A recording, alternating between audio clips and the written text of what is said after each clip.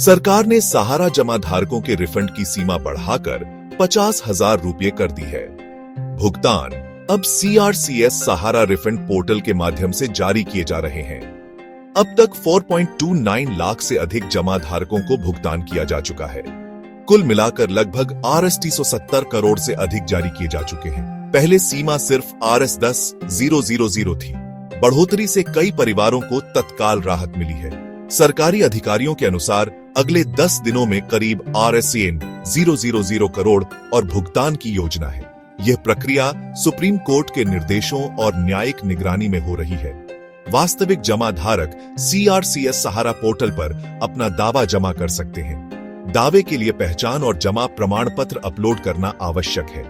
दावा उन 4 multi state cooperative सोसाइटियों में जमा धन पर मान्य होगा। Rs000 की अधिकतम सीमा से गरीब परिवारों की असुरक्षा कम होगी और आवश्यक खर्चे पूरे होंगे। रिपोर्ट बिजनेस स्टैंडर्ड और इकोनॉमिक टाइम्स जैसी विश्वसनीय स्रोतों पर आधारित है। अधिक जानकारी और अपडेट के लिए आधिकारिक CRCS सहारा रिफंड पोर्टल पर जाएं।